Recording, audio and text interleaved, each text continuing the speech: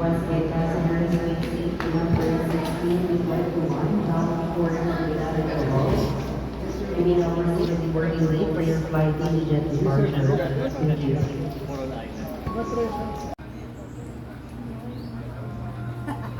Mag-beach na kayo kasi dito pa, hindi namin papupuntahin dito sa beach shopping.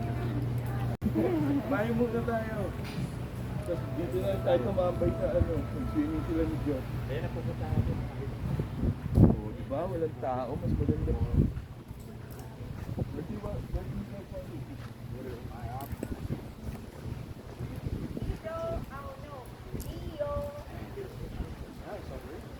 nice, right? That's nice, huh? Like this house yesterday should look like there's walls, like